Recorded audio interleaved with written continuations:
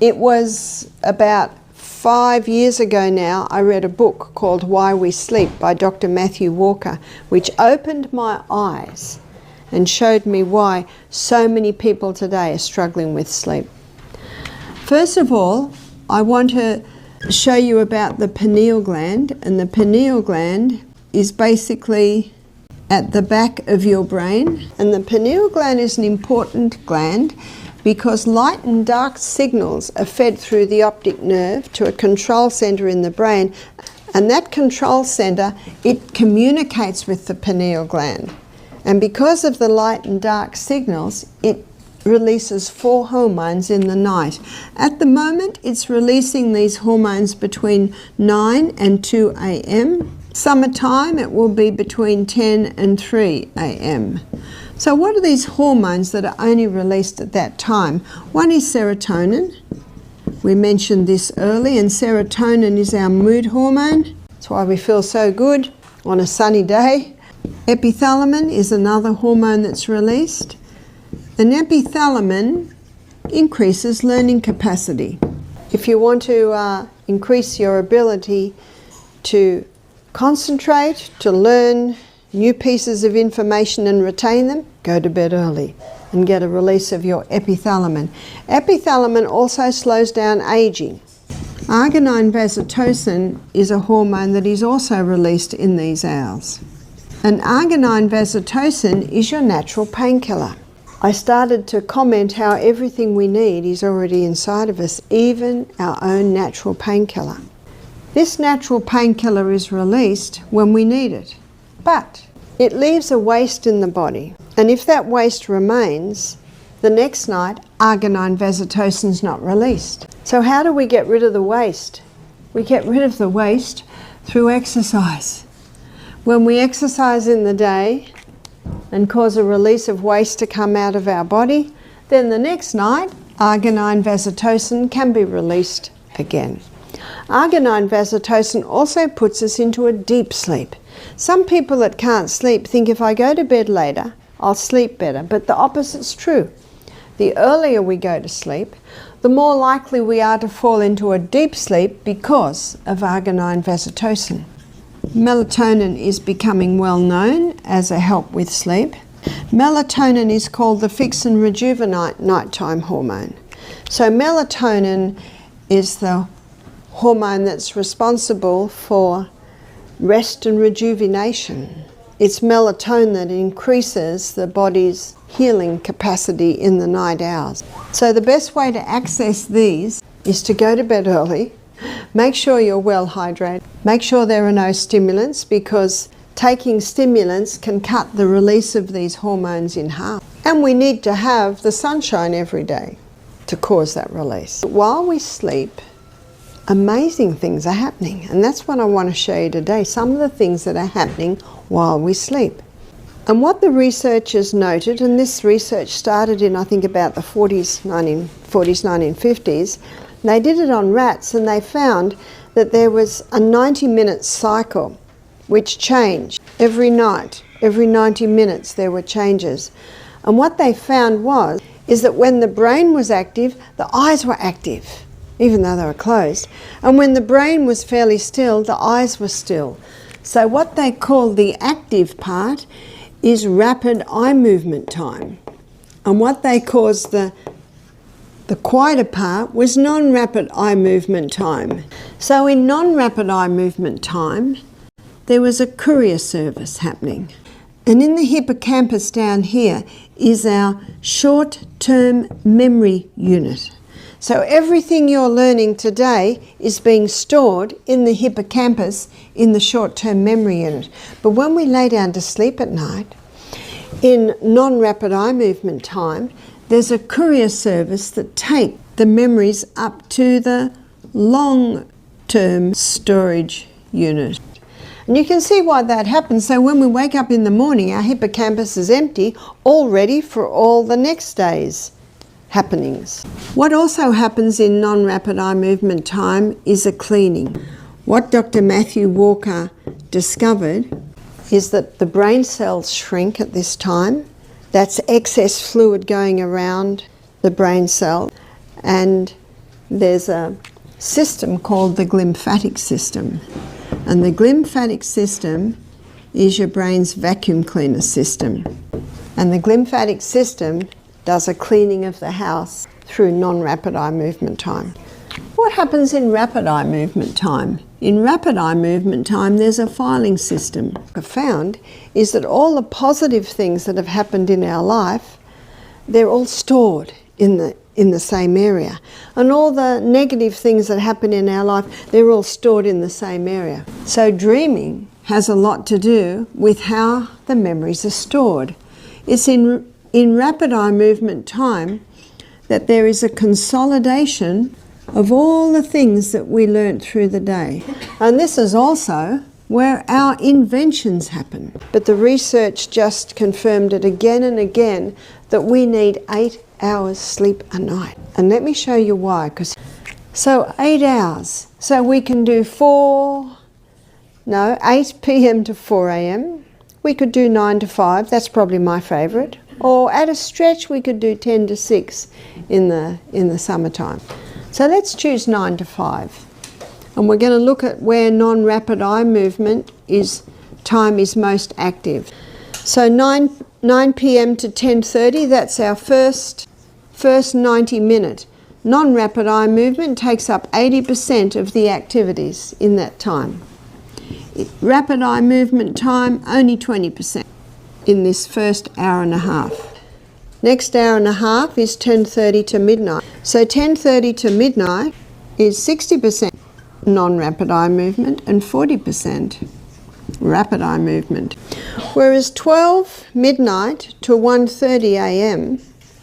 it's about 50-50. 50 non-rapid eye movement and 50 rapid eye movement. Now we come into the morning hours, 1:30 a.m. to 3 a.m.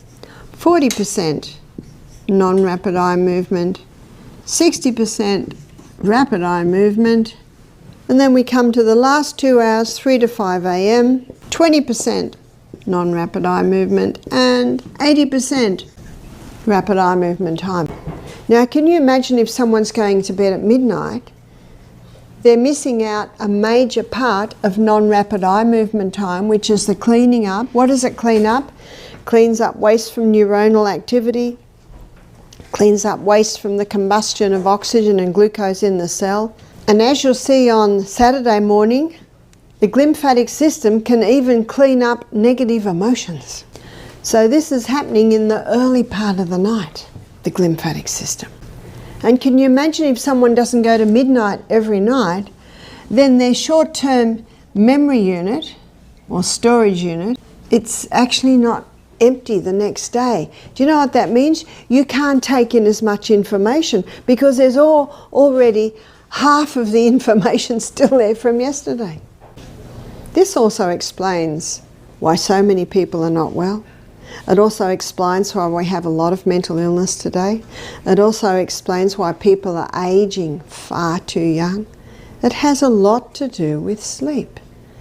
Now there are things that will definitely stop sleep. If you wake in the night, can't sleep, the worst thing you can do is look at your phone. Because remember what those devices are giving off, blue light? Yes, it's a different frequency to the sunlight, so you won't get the benefits of sunlight, but it's similar enough to give your brain the message, daytime, wake up. You won't sleep after you've looked at your phone, or very difficult to get back to sleep. That's why it's best to have them out of the bedroom. The other thing that stops sleep is the chat room. Is everyone familiar with the chat room? This is my chat room. Right, I'm going to go here and I'll do this, and I've got to make a full circle skirt for that grandest daughter, and I'm going to put a garden there and chat, chat, chat, chat, chat, chat. That's my chat room. Got to get out of that chat room. You get into that chat room, you will never sleep. So how we get out of the chat room? This is how I get out of the chat room. There's a few things you can do. One of them is breathe in for 5, hold for 3, breathe out for 5, 10 times. Often you'll be asleep by the 10th. If you're not, do it again. Remember what oxygen does? Soothes the nerves. The other thing is to get out of the chat room is you can lie there and think of someone in your life. Maybe it's a great aunt. Maybe it was a friend in your childhood. And think of all the wonderful times you had together. Picture that person that you love and appreciate, and picture all the things around them that you just love. In her book, The Science of Sleep, Adriana Huffington, she says, a great thing to do if you can't sleep is lie there and list all the things you're thankful for. I'm thankful I'm not in a Siberian work camp with newspaper for blankets. I'm so thankful that I'm in a comfortable bed. There's so many things to be thankful for. What's the old one? Counting sheep jumping over a fence.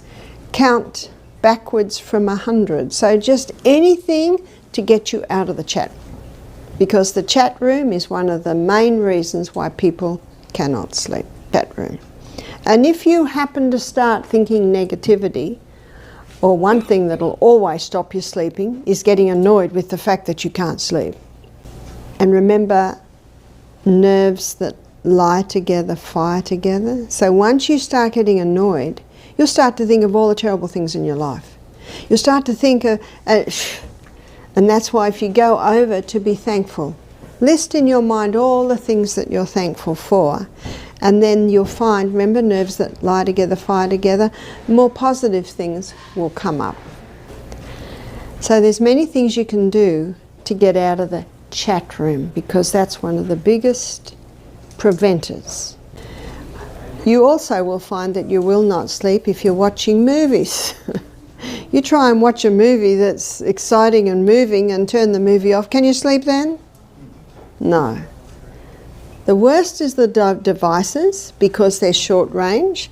The television, not so much, it's back, but then you have to look at the content of what you're watching. So if it's a television and it's peaceful, I know there are some DVDs you can get that are beautiful country scenes with soft music in the background, dim lights. That is a nice preparation for sleep. So there are many things that you can do to enhance your ability to sleep. The last one I want to look at is bedroom. Make sure there's fresh air. Make sure what's out your bedroom window isn't interfering with fresh air coming in. No rotting leaves or big trees. Also your bedding. Make sure that everything you're sleeping with is natural fibre. Also sheets, make sure the sheets are made out of natural fibre, the bedding's made out of natural fibre. You don't want anything that's going to interfere with a peaceful sleep. Dementia has been documented as coming from lack of sleep. It's not the only thing that causes dementia, but what they found is that people with dementia have calcified plaques on the front of their brain, and we're going to look at that part of the brain on Saturday morning. And two very famous people that boasted they only needed 5 hours sleep a night both had dementia in the last 20 years of their life. Ronald Reagan and also Margaret Thatcher. That makes me want to get to bed early and make sure my lymphatic system is cleaning up any little calcified plaques that might try and begin that. Not the only cause of dementia, but a contributing factor. And don't we often say the old saying, if you can't get something or you can't grasp something, sleep on it. And often you wake up in the morning and aha, you've got it.